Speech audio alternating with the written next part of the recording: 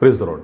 આજે આપણે બીજો પિત્તર તેનો પહેલો અધ્યાય અને તેની 8મી કલમમાંથી પ્રભુના વચનો જોવાના છે. વચન આ પ્રમાણે છે, કેમ કે જો એ સર્વ તમારામાં હોય તથા તેઓની વૃદ્ધિ થાય તો તેઓ આપણા પ્રભુ ઈસુ ખ્રિસ્તના જ્ઞાન વિશે તમને આળસુ તથા નિષ્ફળ થવા દેશે નહીં. આમીન. આ પ્રભુનું વચન છે. બીજો પિત્તર પહેલો અધ્યાય તેની 8મી કલમ.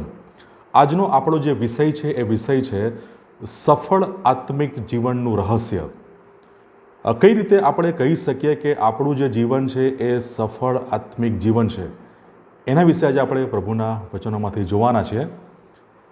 તારણનો સાચો પેરામીટર અથવા તારણનો સાચો સૂચકાંક કયો?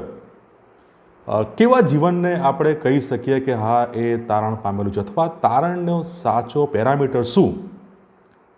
અને એનો જવાબ છે ખ્રિસ્તી જીવન. જો એ ઈશ્વરની ઈચ્છા મુજબના એ ફળ આપે છે, જો ખ્રિસ્તી જીવનમાં ખ્રિસ્તના ફળ દ્રશ્યમાન થાય છે, તો તમે કહી શકો છો કે હા એ તારણ પામેલી વ્યક્તિ છે, એ તારણ પામેલું જીવન છે. જો આપણે ખ્રિસ્તી વિશ્વાસી છીએ તો આપણું જીવન એ આત્મિક ફળ, ખ્રિસ્તને ગમતા, ઈશ્વરને ગમતા ફળ એ આપશે.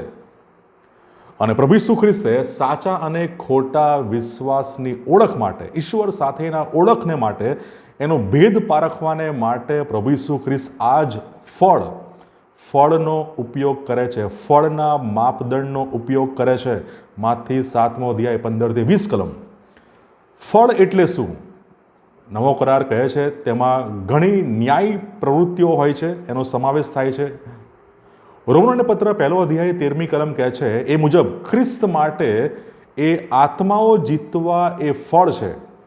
પ્રેરિત પાઉલ રોમનોને પત્ર પહેલા અધ્યાય 13મી કલમમાં કહે છે ખ્રિસ્ત માટે આત્માઓ જીતવા એ ફળ છે. અને એ જ પાઉલ પહેલો કોરિન્થી 16મો અધ્યાય 15મી કલમમાં કહે છે સ્તેફનાસના કુટુંબને અખાયાનું પ્રથમ ફળ કહેવામાં આવે છે. અને ફિલિપી 4થો અધ્યાય 17મી કલમ જણાવે છે પાઉલ એ સેવાના સમર્થનમાં આપવામાં જે આવતા જે દાન છે એ દાનને પણ ત્યાં ફળ તરીકે આલેખવામાં આવ્યું છે. અને હિબ્રુ 13 અને 15 તપાસીએ તો પ્રાર્થના, એ સ્તુતિ, આરાધના, પ્રાર્થનાને એ આત્મિક ફળ ત્યાં દર્શાવવામાં આવ્યું છે. અને ગલાતી 5મો અધ્યાય 22-23મી કલમમાં પવિત્ર આત્માનું ફળ, એના વિશે આપણને માહિતી મળે છે. જો આપણે પવિત્ર આત્માથી પ્રાપ્ત થતા ગુણો, કાર્યો, વલણો જો આપણા જીવનમાં એને કેળવીએ છીએ, અથવા જો એ બાબતો આપણા જીવનમાં એ હોય છે, તો આપણે ફળવાન, સફળ અને આત્મિક જીવન આપણે જીવી શકીએ છીએ. જો એ બાબતો હોય છે તો આપણે સફળ આત્મિક જીવન આપણે જીવીશું. યાકૂબ 2 અધ્યાય તેની 20મી કલમ જણાવે છે કરણીઓ વગરનો વિશ્વાસ એ નિર્જીવ છે. અને જો આપણે આ બીજો પિત્તર તેનો પહેલો અધ્યાય અને જો એની 5-7 કલમ તપાસીએ તો આપણા વ્યક્તિગત જીવનોમાં કઈ કઈ બાબતો અથવા કયા કયા ગુણો હોવા જોઈએ કે જેથી આપણે સફળ આત્મિક જીવન જીવી શકીએ, તેની માહિતી, તેનું સોલ્યુશન, તેનો ઉકેલ તે આપણને બીજો પિત્તર પહેલો અધ્યાય 5-7 કલમમાં મળે છે. ઝડપથી આપણે જોઈએ તો તેમાં સૌથી પહેલું છે વિશ્વાસ, ત્યારબાદ ચારિત્ર, ઈશ્વરને ગમતું ચારિત્ર, ત્યારબાદ છે એ જ્ઞાન, અને જ્ઞાનની સાથે સંયમ, સંયમની સાથે ધીરજ, ભક્તિભાવ અને બંધુપ્રેમ અને પ્રેમ. આ બધી બાબતો જ્યારે જો આપણા જીવનમાં હોય છે તો એ આપણને સફળ આત્મિક જીવન તરફ એ આપણને દોરી જાય છે.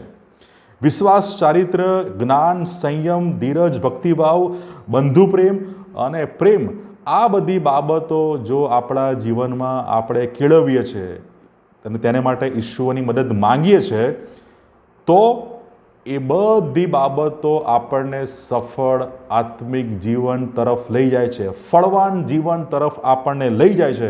કારણ કે એ જ 8મી કલમ કહે છે કે જો એ સર્વ, એટલે કે જે આપણે હમણાં જોઈ ગયા એ, જો એ સર્વ તમારામાં હોય અને જો તેની વૃદ્ધિ થાય તો પ્રભુ ઈસુ ખ્રિસ્તના જ્ઞાન વિશે તમને આળસુ અને નિષ્ફળ થવા નહીં દે.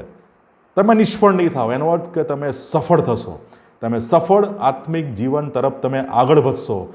તો આપણા જીવનમાં જો સફળ આત્મિક જીવનનું જો રહસ્ય જો આપણે જાણવું હોય અથવા કેવી રીતે સફળ આત્મિક જીવન જો જીવવું હોય, તો આપણા જીવનમાં એ ખ્રિસ્ત પરનો વિશ્વાસ, એ ખ્રિસ્તી ચારિત્ર, એ ખ્રિસ્ત માટેનું જ્ઞાન, ઈશ્વરનું જ્ઞાન, સંયમ, ભક્તિભાવ, બંધુ પ્રેમ અને ઈશ્વરનો પ્રેમ, આ બધું જો આપણા જીવનમાં આપણે કેળવીએ છીએ, ઈશ્વરને એને માટે આપણે પ્રાર્થના કરીએ છીએ, તો આપણે સફળ આત્મિક જીવન તરફ આપણે આગળ વધીએ છીએ.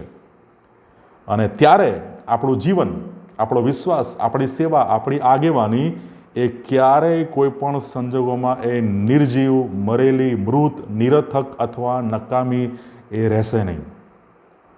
અને સફળ આત્મિક જીવન શા માટે આપણે જીવવું જોઈએ, શા માટે આપણું જીવન ફળવાન હોવું જોઈએ, શા માટે આપણે ફળવાન જીવનને માટે પ્રયત્નશીલ રહેવું જોઈએ?